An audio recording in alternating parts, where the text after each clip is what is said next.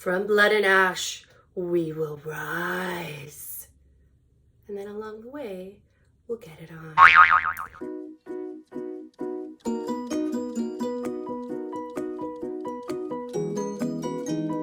Hi everybody, welcome back to my YouTube channel. My name is Ashley, and this is a spoiler-free review of From Blood and Ash, which won the Goodreads Reader's Choice Best Romance of the Year for 2020. And you know, 2020 was a hard year, so if it won, I don't know. I don't know if that means it's really good or not. I think it's a good omen.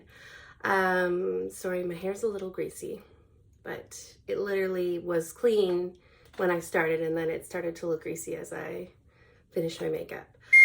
From Blood and Ash is a romance fantasy by Jennifer Armentrout, and it is the first book in at least a set of 3 books. So there is From Blood and Ash, Kingdom of Flesh and Fire, and then Crown of Gilded Bones. And that 3rd book is going to be coming out later in April of this year. So the first 2 books, From Blood and Ash and Kingdom of Flesh and Fire, came out in 2020. I've read both of them. I'm going to give you a brief synopsis of From Blood and Ash, and then I'll let you know whether I recommend it. If you want to check out any of my other book reviews, I'm going to link a playlist for you up above there. In the meantime, let's get right into it. When you read Blood and Ash, you are transported into the kingdom of Solis. Solis? S-O-L-I-S.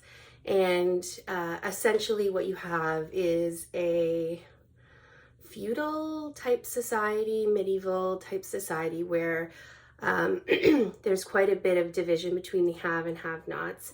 At the top, you have the Duke and Duchess who rule this city, and then above them there's more royalty in the form of a king and queen, and you have lords and ladies in wait and servants of the crown and of the royalty. And then you have basically everyone else, and most people are sort of poor, but you do have a few wealthy merchants and things like that. Our main character is the Maiden, which means she was chosen by the gods. What exactly she was chosen for is unclear, but she's extremely important. She is constantly told to the future of the kingdom, and she is kept very sheltered. So she is veiled whenever she goes in public. She is rarely allowed to speak to anyone. What she's eaten, what she eats, what she does, it's all very closely monitored, and it is all very restrictive. And not only that, she also has personal guards, 2 of them, which are there just to protect her. She does have one companion, and that is a girl named Tawny, and she is a lady in wait. And everyone who is a lord or lady in wait was the second born of their family, and they are the ones who will ascend. One day they're going to become immortal and not be able to have children, and this is supposedly a blessing given to them by the gods. Now, if you're the 3rd born, you are destined to go serve in the temples of the gods as a sort of gift to the gods, and you get given over to serve the gods during the ceremony called the rite, and you're given over when you're like a super small baby. And this is very hard for some parents, especially if they don't have their other children anymore. Perhaps they passed away, etc. So the only problem with this, in addition to the fact that you have to give up your child, is you never hear from them again. So you don't 100% know, are they healthy? Are they happy? What became of them? Etc. All the larger cities in the kingdom are guarded by large walls called the Rise, and you can be a Rise guard, and that is a somewhat dangerous position that most people don't live through, because as a Rise guard, you are basically guarding the kingdom against the mist, and the mist comes, and with it brings these bloodthirsty kind of like zombies called the Craven, and they are basically former humans who were bit by other Craven, and we don't know the origin, like who was the first Craven and how did it start. It's really a dangerous job to be a guard on the rise. And then at times you could be a huntsman, which means you would go out beyond the rise, I guess, and hunt things. There's a lot of dangers beyond the rise. And so what the people are told is in order to keep the gods happy, you have to keep giving over your third born through the rite, and this keeps them happy and it keeps them protecting you from the mist and the craven. Now our maiden, even though she is veiled and protected, she is sort of a rule breaker, and she has terrible nightmares, and she sneaks out at night to go and explore and live and pretend to be someone else for just a little while. She has a room near this old servant's entrance.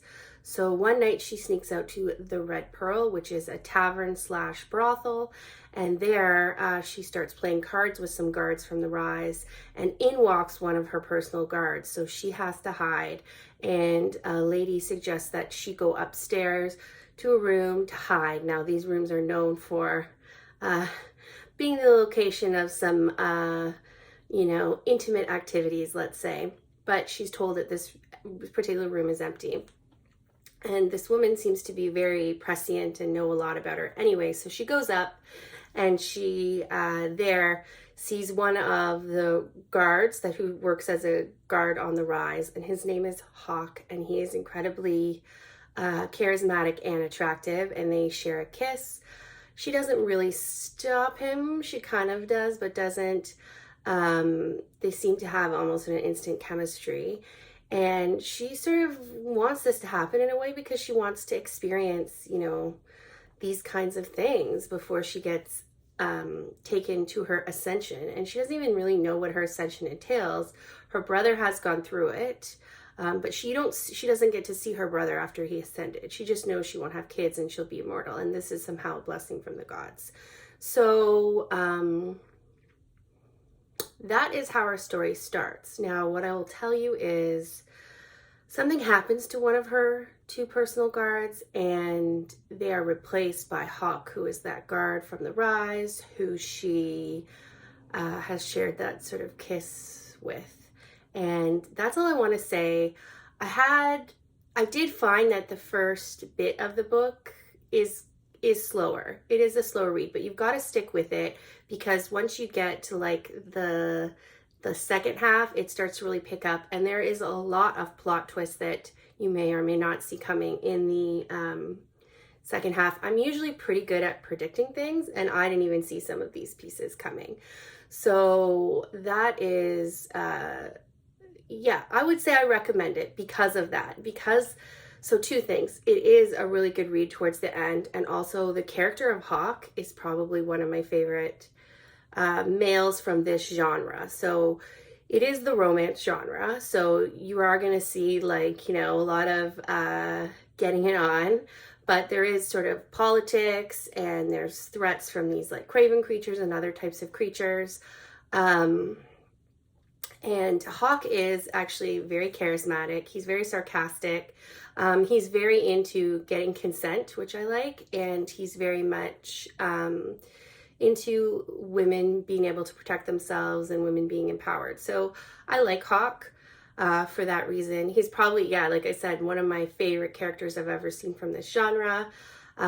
So for that reason, I give this a good solid 3.5 to 4 stars. The second book was also a really quick read for me, and I'm really looking forward to the third book. So if you're interested, pick yourself up a copy or get the ebook. I liked it. If you like romance as a genre, and if you like fantasy, then you will like this. In the meantime, if you could subscribe to my channel, I would really appreciate that. Let me know in the comments down below what you're reading, what you thought of this review. And in the meantime, I hope you have yourself a really great day. This is Ashley saying bye-bye. Bye-bye. I can never say goodbye normally. Bye-bye.